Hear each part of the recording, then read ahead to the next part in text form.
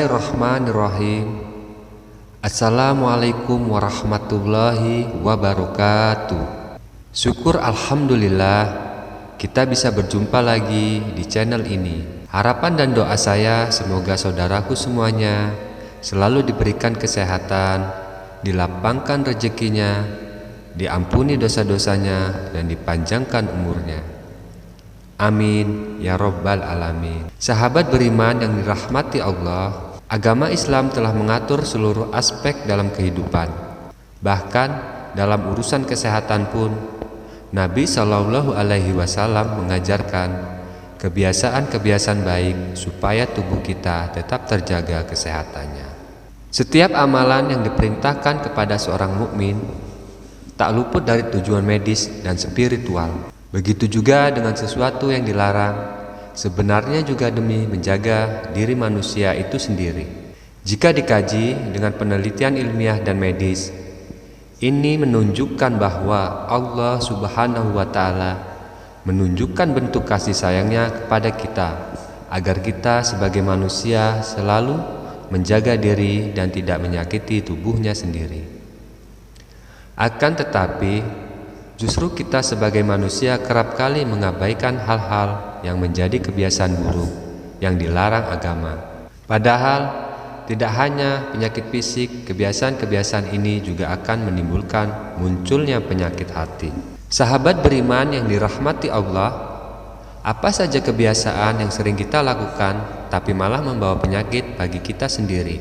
Yang pertama adalah banyak bicara. Ada ungkapan yang mengatakan bahwa lidah yang tidak bertulang akan lebih tajam daripada pedang. Mungkin ungkapan ini ada benarnya. Bahkan kita bisa melihat sendiri berapa banyak permusuhan yang terjadi hanya karena ucapan yang dikeluarkan oleh lidah. Begitu juga dengan banyaknya peperangan. Semua itu pun bisa terjadi hanya karena tidak menjaga lisan.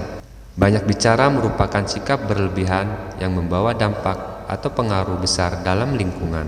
Dari Abu Hurairah radhiyallahu anhu berkata bahwa Rasulullah Shallallahu Alaihi Wasallam bersabda, barang siapa yang beriman kepada Allah dan hari akhir, hendaknya ia berkata yang baik atau diam. Hadis riwayat Bukhari dan Muslim.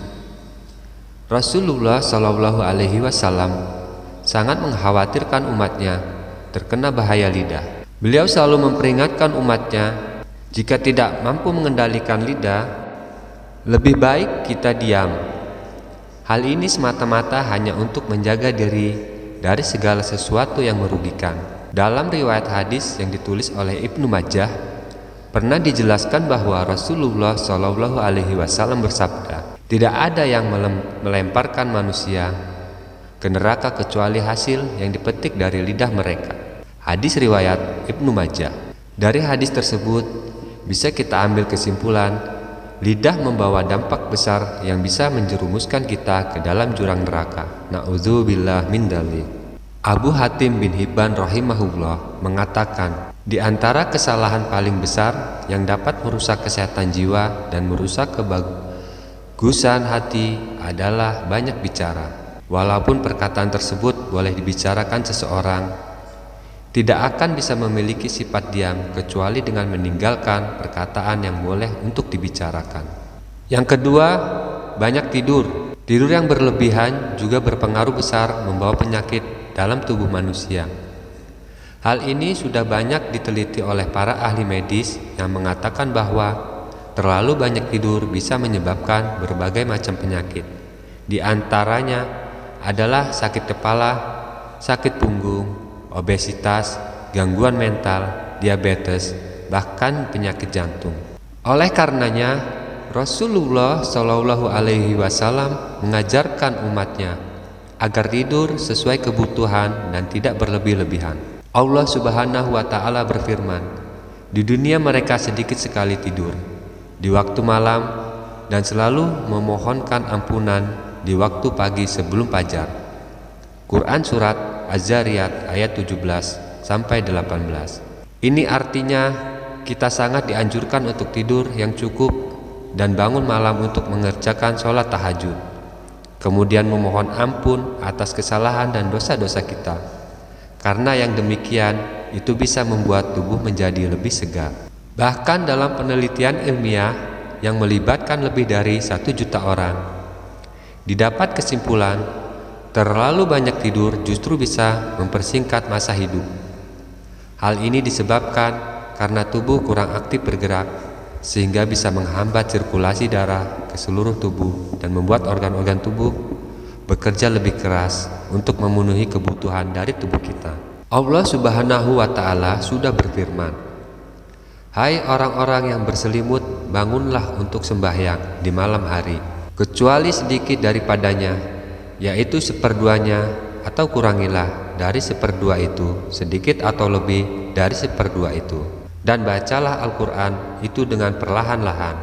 Sesungguhnya kami akan menurunkan kepadamu perkataan yang berat. Sesungguhnya bangun di waktu malam adalah lebih tepat untuk khusyuk, dan bacaan di waktu itu lebih berkesan.